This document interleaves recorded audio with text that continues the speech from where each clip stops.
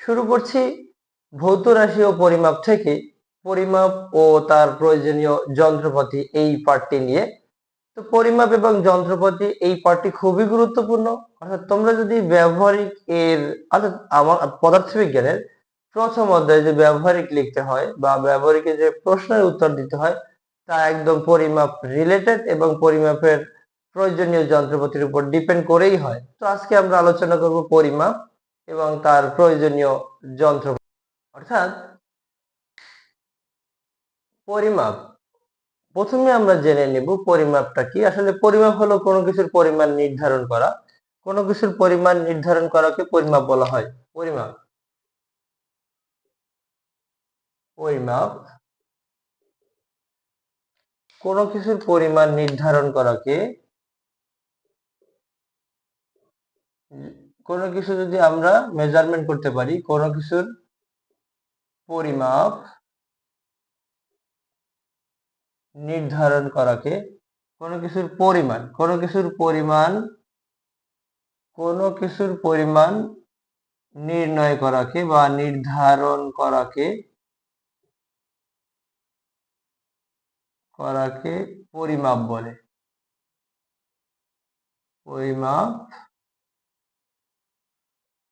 বলে। এখন আমরা এই পরিমাপের প্রয়োজনীয় যন্ত্রপাতি নিয়ে কথা বলবো। যেমন তোমরা যদি দৈর্ঘ্য পরিমাপ করো তাহলে অবশ্যই মিটার স্কেল বা সেন্টিমিটার স্কেল, এরকম মিটার স্কেলের প্রয়োজন আছে যদি বড় দৈর্ঘ্য পরিমাপ করো। এরপরে যদি তোমরা এর চেয়ে ছোট দৈর্ঘ্য পরিমাপ করতে চাও বা ভগ্নাংশ মান নিতে চাও তাহলে তোমার কি লাগবে? স্লাইড ক্যালিপার্স লাগবে। এবারে যদি তুমি বৃত্তাকার বা সরু তার বিশিষ্ট কোনো বস্তুর দৈর্ঘ্য বা ব্যাসার্ধ পরিমাপ করতে চাও, সরু তার বিশিষ্ট কোনো বস্তুর যদি বা চোঙের বা ছোট বস্তুর দৈর্ঘ্য নির্ণয় করতে চাও তাহলে কিন্তু আমাদের লাগবে কি? স্ক্রু গজ লাগবে। এরপরে যদি তুমি ভর নির্ণয় করতে চাও, ভর নির্ণয় করার জন্য যদি একেবারে কম পরিমাণে ভর নির্ণয় করতে চাও তাহলে লাগবে ব্যালেন্স, লাগবে তুলা যন্ত্র বা ব্যালেন্স। এরপরে আমাদের লাগবে নির্দিষ্ট কোন একটি বিক্রিয়া বা কোন একটি পরীক্ষা আমরা কতটুকু সময় ধরে করছি সেটা নির্ধারণ করার জন্য আমাদের লাগবে সময়, যেটাকে আমরা স্টপ ওয়াচ বলে থাকি। তো আমরা আজকে আলোচনায় দেখব যে পরিমাপের প্রয়োজনীয় যন্ত্রপাতি। পরিমাপের প্রয়োজনীয় যন্ত্রপাতির মধ্যে রয়েছে মিটার স্কেল,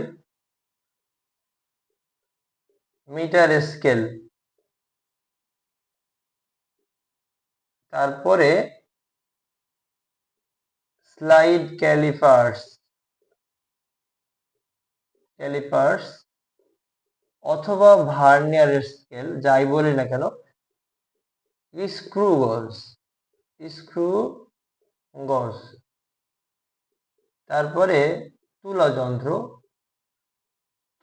যন্ত্র বা ব্যালেন্স।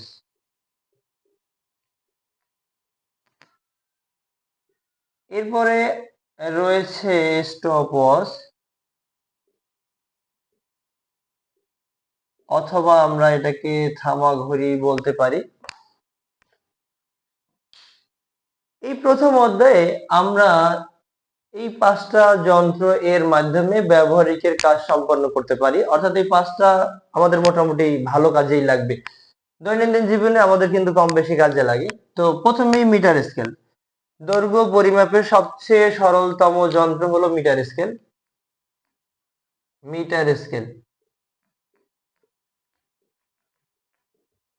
পরিমাপের সবচেয়ে সরলতম যন্ত্র, দৈর্ঘ্য পরিমাপের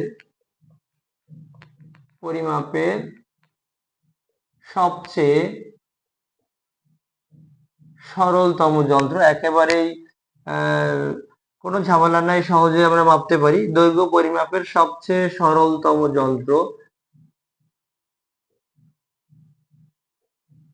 যন্ত্র হলো মিটার স্কেল।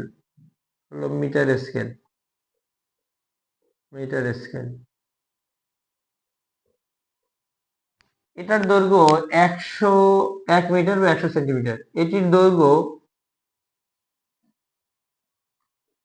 দৈর্ঘ্য 1 মিটার বা 100 সেন্টিমিটার। সেই জন্য এটাকে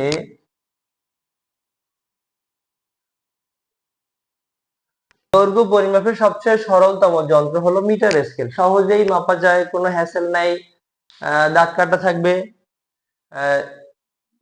থাকবে, প্রপারলি, এটা আমরা নিতে পারবো। আমরা সবাই মিটার স্কেল চিনি, অর্থাৎ আমাদের বাসা বাড়িতে যে স্কেলটা তোমরা যে খাতায় দাগ টানার জন্য যে স্কেলটা ব্যবহার করো, এটা হলো মিটার স্কেল। তোমাদের মিটার স্কেলে এখানে 30 সেন্টিমিটার পর্যন্ত দাগ কাটা আছে, কিন্তু মিটার স্কেল কিন্তু ফিতায় দাগ কাটাও থাকে, ওখানে সর্বোচ্চ 100 মিটার পর্যন্ত দাগ কাটা আছে। আমরা এখানে 100 মিটার বা ওখানে 100 মিটার, এখানে আমরা আমার হাতে থাকা যে স্কেলটা, এটাকে আমরা সাধারণত মিটার স্কেল বলে থাকি। আমার যে হাতে থাকা স্কেলটা রয়েছে, তোমাদেরও এটা প্রত্যেকের আছে, এটা সাধারণত 30 সেন্টিমিটার পর্যন্ত আছে। কিন্তু মিটার স্কেলে সর্বোচ্চ 1 মিটার দাগ কাটা থাকে বা 100 সেন্টিমিটার পর্যন্ত দাগ কাটা থাকে। এই জন্য এটাকে বলা হয়েছে সরলতম স্কেল, এবং এটির সাহায্যে 1 মিটার বা 100 সেন্টিমিটার পর্যন্ত দাগ কাটা থাকে। এটির দৈর্ঘ্য হলো 1 মিটার বা 100 সেন্টিমিটার। এই জন্য বা সেজন্য একে মিটার স্কেল বলা হয়। যেহেতু 1 মিটার দাগ কাটা, মিটার স্কেল বলা হয়। মিটার স্কেল সেন্টিমিটার বা মিলিমিটার পর্যন্ত মান নেওয়া যায়। যদি এমন কোনো বস্তুর দৈর্ঘ্য আমরা পাই যেটার আসলে যার দৈর্ঘ্য অর্থাৎ 2 এবং 3 মিলিমিটারের মাঝখানে, বা 3 বা 4 মিলিমিটারের মাঝখানে এমন হতে পারে, অর্থাৎ ভগ্নাংশের সঠিক মান পরিমাপ করার জন্য আমরা কিন্তু আর মিটার স্কেল নিয়ে পারবো না। তাহলে আমাদের কি নিতে হবে? অর্থাৎ তখন আমাদের নিতে হবে এই স্লাইড ক্যালিপার্স বা ভার্নিয়ার স্কেল। এই স্লাইড ক্যালিপার্স বা ভার্নিয়ার স্কেলের মাধ্যমে আমরা কিন্তু ভগ্নাংশের নিখুঁত মান নিতে পারবো। অর্থাৎ এখানে আমাদের দুইটা স্কেল রয়েছে, একটা হলো মূল স্কেল এবং এটা হলো ভার্নিয়ার স্কেল। মূল স্কেলের সাথে যে অন্য একটা স্কেল ব্যবহার করা হয়, সেটাকে বলা হয় ভার্নিয়ার স্কেল। এই মূল স্কেলের ভগ্নাংশের ক্ষুদ্রতম মান পরিমাপ করার জন্যই সাধারণত এই স্কেলটা ব্যবহার করা হয়, তাই এর নাম হলো ভার্নিয়ার স্কেল। বিজ্ঞানী ফিয়ারে ভার্নিয়ারের নাম অনুসারে এই স্কেলটার নামকরণ করা হয়। অর্থাৎ আমরা দৈর্ঘ্য পরিমাপের জন্য অন্য আরেকটা যে স্কেল ব্যবহার করি, সেটাকে বলবো কি? Vernier scale. এই ভার্নিয়ার স্কেল, অর্থাৎ এটাই দুইটা স্কেল থাকবে, একটা থাকবে মিটার স্কেল, একটা থাকবে ভার্নিয়ার স্কেল। এই মিটার স্কেলের যদি পরিমাপটা, অর্থাৎ মিটার স্কেলে একটা বস্তু এখানে আমরা যদি দুই চোয়ালের মাঝখানে রাখি, যদি এখানে যে কোনো একটা বস্তু দুই চোয়ালের মাঝখানে রাখি এবং সেটা যদি রৈখিক স্কেল পার্ট এখানে যদি কোনো পূর্ণ সংখ্যা না হয়ে কোনো ভগ্নাংশ মান চলে আসে, তবে এই ভগ্নাংশ মানটা তো আমরা সাধারণত মিটার স্কেল দিয়ে নিতে পারবো না। তাহলে এই ভগ্নাংশের নিখুঁত মান পরিমাপ করার জন্যই আমরা আরেকটা স্কেল ব্যবহার করি, এটাই হলো ভার্নিয়ার স্কেল। অর্থাৎ আমরা এটা বলতে পারি যে ভার্নিয়ার স্কেল হলো ভগ্নাংশের নিখুঁত মান পরিমাপ করার জন্য স্লাইড ক্যালিপার্স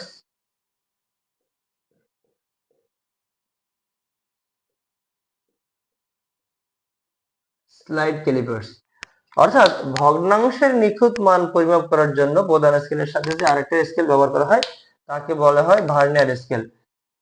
ভগ্নাংশের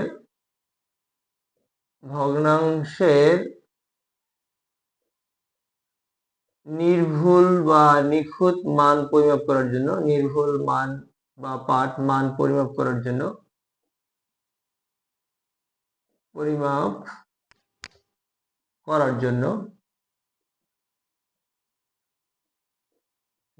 প্রধান স্কেলের সাথে যে আর একটা স্কেল ব্যবহার করা হয়, প্রধান স্কেলের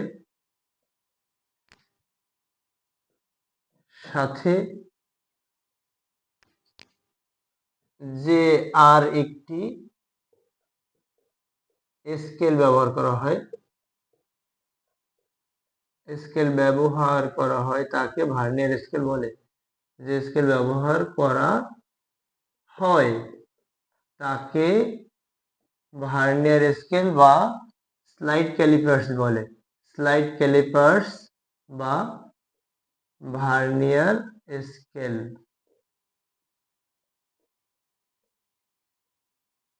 এখন এই স্কেলটা প্রথম আবিষ্কার করেন বা আমাদের পরিচয় করিয়ে দেন বিজ্ঞানী পিয়ারে ভার্নিয়ার।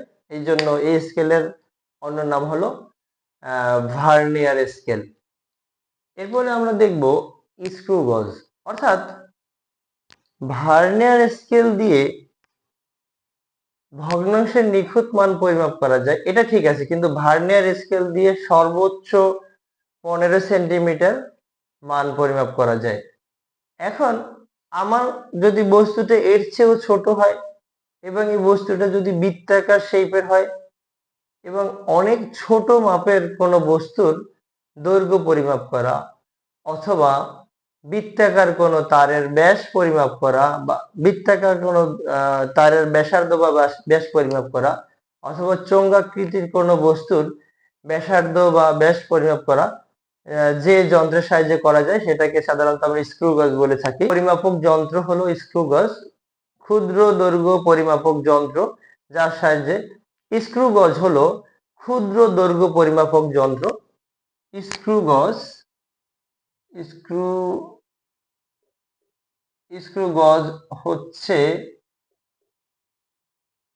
স্ক্রু গজ হলো ক্ষুদ্র দৈর্ঘ্য পরিমাপক যন্ত্র, ক্ষুদ্র দৈর্ঘ্য পরিমাপক যন্ত্র যার সাহায্যে পরিমাপক যন্ত্র যার সাহায্যে বৃত্তাকার কোনো সরু তারের ব্যাসার্ধ নির্ণয় করা যায়,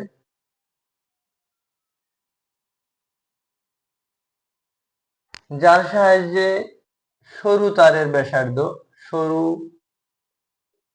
তারের ব্যাসার্ধ সরু তারের ব্যাসার্ধ চোঙাকৃতির কোনো বস্তুর চোঙাকৃতির কোনো বস্তুর ব্যাসার্ধ কোনো বস্তুর ব্যাসার্ধ চোঙ বা সিলিন্ডার আমরা বলতে পারি, অথবা ক্ষুদ্র কোনো বস্তুর দৈর্ঘ্য পরিমাপ করতে পারি, ক্ষুদ্র কোনো বস্তুর বা সবচেয়ে ছোট দৈর্ঘ্য পরিমাপ করার জন্য অথবা অথবা ছোট কোনো বস্তুর দৈর্ঘ্য ছোট কোনো বস্তুর দৈর্ঘ্য পরিমাপ করার জন্য দৈর্ঘ্য পরিমাপ করার জন্য স্ক্রু গজ ব্যবহার করা হয়।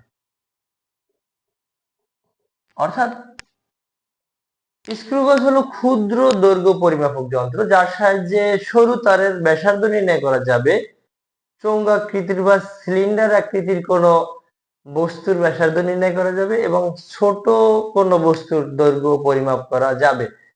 অর্থাৎ মেইনলি বৃত্তাকার কোনো বস্তুর শেপ যদি আমরা ব্যাস বা ব্যাসার্ধ যাই পরিমাপ করতে চাই তখন কিন্তু আমাদের স্ক্রু গজ দরকার আছে। আমার হাতে একটা স্ক্রু গজ রয়েছে, অর্থাৎ তোমরা দেখো স্ক্রু গজের মাধ্যমে সর্বোচ্চ এখানে 25 মিলিমিটার মেজারমেন্ট করা যায়। অর্থাৎ স্ক্রু গজ স্লাইড ক্যালিপার দিয়ে কিন্তু সর্বোচ্চ 15 সেন্টিমিটার পর্যন্ত মেজারমেন্ট করা যায়, আর স্ক্রু গজের মাধ্যমে 25 মিলিমিটার 20 থেকে 25 মিলিমিটার পর্যন্ত মাপা যায়। এই যে দুইটা এখানে একটা স্থায়ী কিলক এবং এটা একটা পরিবর্তনশীল কিলক, এই দুইটার মাঝখানে বস্তু রেখে আমরা মেজারমেন্ট করতে পারি একেবারেই সূক্ষ্ম মান পরিমাপ করার জন্য, এবং ছোট কোনো বস্তুর দৈর্ঘ্য বা ব্যাস আমার হাতে থাকা এই কলমের ব্যাস পরিমাপ করতে পারবো বা অনেক ছোট বস্তুর দৈর্ঘ্য পরিমাপ করতে পারবো। এই যে স্লাইড ক্যালিপার্স এবং স্ক্রু গজ এই দুইটা দিয়েই কিন্তু আলাদা করে আমাদের একটা টিউটোরিয়াল থাকবে। অর্থাৎ এটা দিয়ে কিন্তু দুইটা দিয়ে আমাদের কিন্তু আলাদা ব্যবহারিক ক্লাস রয়েছে। তো এটা নিয়ে খুব একটা আমরা ডিটেলসে আমি বলছি না, পরবর্তীতে এটা নিয়ে আরো আমরা ডিটেলসে বলবো। তো সুতরাং আমরা বলতে পারি যে ক্ষুদ্র কোনো বস্তুর দৈর্ঘ্য বা সরু তারের ব্যাসার্ধ অথবা সিলিন্ডার আকৃতির বা চঙ্গ আকৃতির কোনো বস্তুর যদি আমরা ব্যাসার্ধ নির্ণয় করতে চাই, তাহলে কিন্তু এই ছোট যে স্কেল, অর্থাৎ এটাকে আমরা বলবো স্ক্রু গজ, এই স্ক্রু গজ এর ব্যবহার করতে হয়। রসায়ন বিজ্ঞানে খুব কম পরিমাণ বস্তুর ভর নির্ণয় করতে যে যন্ত্রটা ব্যবহার করা হয় এটা হলো ব্যালেন্স। বাজারে যে আসলে ডিজিটাল মিটার বা অ্যানালগ মিটার যেটাই পাওয়া যায়, এই ধরনের মিটার দিয়ে আমরা এই ল্যাবের যে পরীক্ষা এগুলো করতে পারি না। এই জন্য ক্ষুদ্র বা ছোট কোনো বস্তুর ভর পরিমাপ করার জন্য আমরা ব্যালেন্স ব্যবহার করি। এটা সাধারণত ল্যাবেই ব্যবহার করা হয়। তো বলা যায় পদার্থ এবং রসায়ন বিজ্ঞানে ক্ষুদ্র পদার্থ বা রসায়ন বিজ্ঞানে ক্ষুদ্র কোনো বস্তুর ভর নির্ণয় করার জন্য, কোনো বস্তুর ভর, কোনো বস্তুর ভর নির্ণয় করার জন্য নির্ণয় করার জন্য যে যন্ত্র ব্যবহার করা হয়, নির্ণয় করার জন্য যে যন্ত্র ব্যবহার করা হয়, যে যন্ত্র ব্যবহার করা হয় তাকে তুলা যন্ত্র বা ব্যালেন্স বলা হয়। অর্থাৎ এটা দেখতে একেবারে যে স্বর্ণকারের দোকানে যে আসলে বায়ুশূন্য যে একটা নিক্তি থাকে, দেখতে অনেকটা ওই রকম অবিকল, অর্থাৎ ল্যাবে আমরা এটা ব্যবহার করে থাকি। এরপরে রয়েছে স্টপওয়াচ। স্টপওয়াচ হলো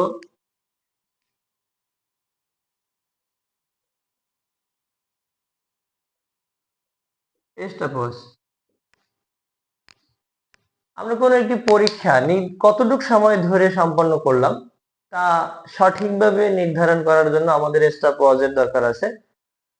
অথবা কোনো একটি রাসায়নিক বিক্রিয়া কতটুকু সময় সম্পন্ন হলো তা নির্ণয় করার জন্য, অথবা কোনো একটি বস্তুর বা আমরা পটাশিয়াম পারম্যাঙ্গানেট দিলাম, সেটা পানিতে কতটুকু সময় দ্রবীভূত হয়, সেটা দ্রবীভূত হওয়ার আমরা বা ব্যাপনের সময়টা আমরা দেখতে চাই, সেটা দেখার জন্য অবশ্যই আমাদের স্টপওয়াচ দরকার আছে।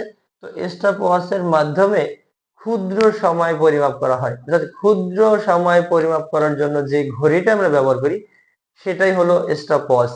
তো আজকে আমরা এই পদার্থবিজ্ঞানের ভৌত রাশি ও পরিমাপ থেকে বিভিন্ন যন্ত্রপাতি নিয়ে আলোচনা করলাম।